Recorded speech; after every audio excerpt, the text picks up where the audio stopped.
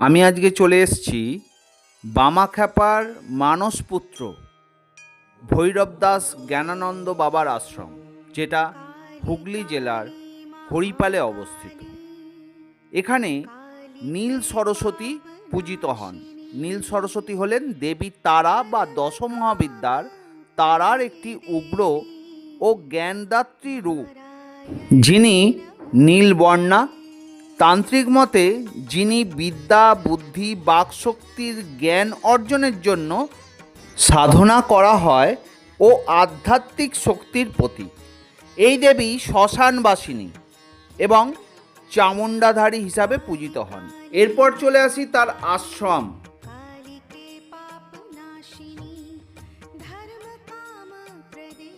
এটা তারাপীঠের সঙ্গে যোগসূত্র রয়েছে।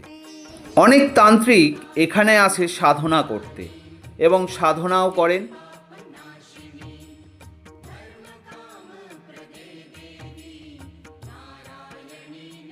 জ্ঞানানন্দ বাবার মায়ের সমাধি।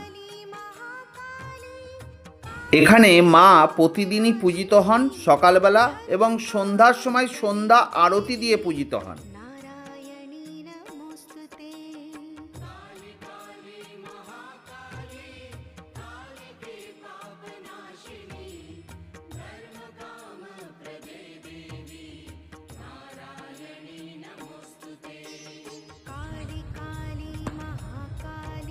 এই হচ্ছে জ্ঞানানন্দ বাবা, ভৈরব দাস জ্ঞানানন্দ বাবা।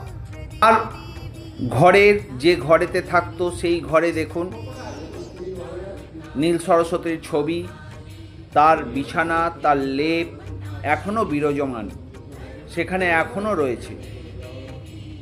এই তার মায়ের সমাধি। এবার চলে আসব তার সমাধিস্থল। তার সমাধিস্থলে রয়েছে পঞ্চমুণ্ডির আসন, আর তার সামনেই রয়েছে পদ্মের আসন।